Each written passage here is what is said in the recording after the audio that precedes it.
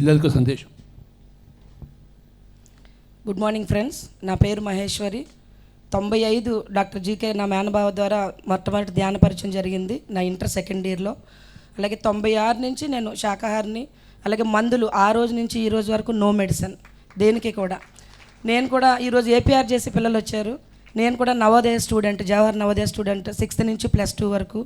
స్పోర్ట్స్లో నేను అథ్లెట్, స్ప్రింటరు. అలాగే ధ్యానంలోకి వచ్చిన తర్వాత చిన్నప్పుడే చక్కగా ధ్యాన పరిచయం జరగడం వల్ల హాయిగా నా చదువుకుంటూ ట్రెక్కింగ్స్ వెళ్తూ సార్తో ఉండేది. అప్పుడు ట్రెక్కింగ్స్ అన్నీ కూడా 96, 97, 98 అంటే ప్రకృతి జీవనం అప్పుడే చూశాను. స్కూల్స్లో ఉన్నప్పుడు స్పోర్ట్స్, ఆటలు పాటలు, అలాగే నేను డ్యాన్స్, కల్చరల్ యాక్టివిటీస్ అన్నిట్లో యాక్టివ్గా ఉండేదాన్ని. సో ధ్యానం ఎప్పుడైతే యాడ్ అయిందో ఇంక ఏమి చేయాలనుకుంటే అది అయ్యాను. పీజీ వరకు కూడా నేను కబడ్డీకి కూడా నేషనల్కి వెళ్ళాను. అలాగే ఏదైనా ఒక విభాగం తీసుకుంటే సార్ అన్నట్టు పట్టరాదు, పడితే విడియరాదు అన్నట్టుగా దాంట్లో నేను చేశాను.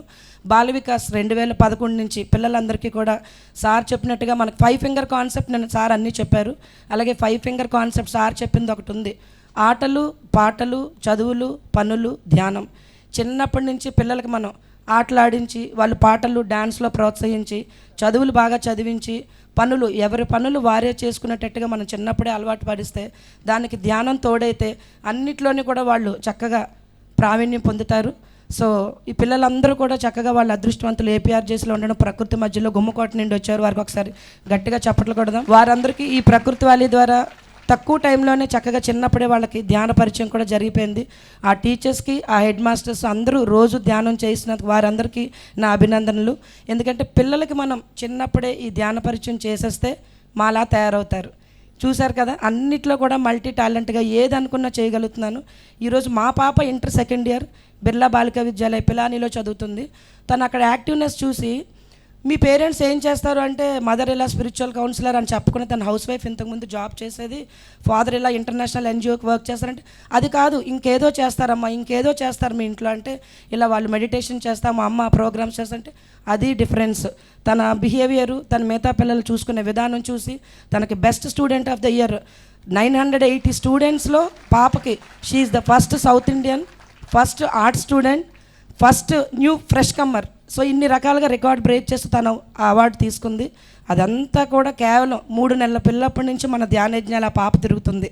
సో ఈ ధ్యానం ఇంతమంది యోగుల మధ్యలో ఆ క్లాసెస్ వింటూ సార్ సాంగత్యంలో తనకు ఏదైనా డౌట్ ఉంటే హాలిడేస్కి వచ్చింది మొన్న సమ్మర్లో, అమ్మ నేను మళ్ళీ వింటర్కి రాను కదా, ట్రిప్ ఏది అడగలేదు పాప, ట్రిప్ తీసుకెళ్ళమని అడగలే, పత్రి సార్ని కలవాలి మళ్ళీ నేను ఇంటర్లో రాను కదా వింటర్ దానికి కూడా అని.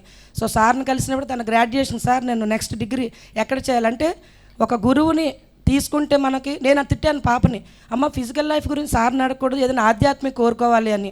సో సార్ వెంటనే నన్ను తిట్టారు, ప్రాపంచకం సరి చేసుకుంటే ఆధ్యాత్మికంగా చక్కగా ఎదిగిపోతాం, తను కరెక్ట్గానే ఉంది మేడం అని.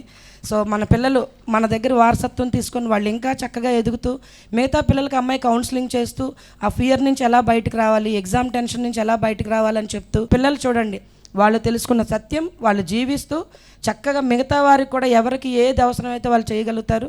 సో ఇక్కడ ఉన్న పిల్లలందరికీ నా మెసేజ్ ఏంటంటే చిన్నప్పటి నుంచి నాన్న మీరు చాలా ఆపర్చునిటీ యూజ్ చేసుకోవాలి.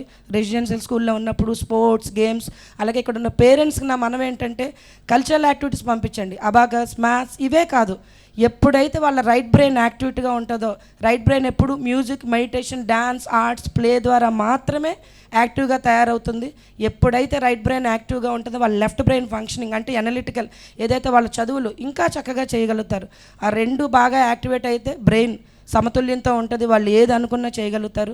సో పేరెంట్స్ అందరూ పిల్లలు చిన్నప్పటి నుంచి మీరు అన్ని యాక్టివిటీస్లోని ఎంకరేజ్ చేయాలి, ధ్యానం విధిగా చేయించాలి. ఇవన్నీ ఎప్పుడైతే మనం చేయిస్తామో ఆ పిల్లల గురించి మనం చూడక్కర్లేదండి, హాయిగా వాళ్ళు గైడ్ చేస్తే మిగతా వాళ్ళని గైడ్ చేయగలుగుతారు.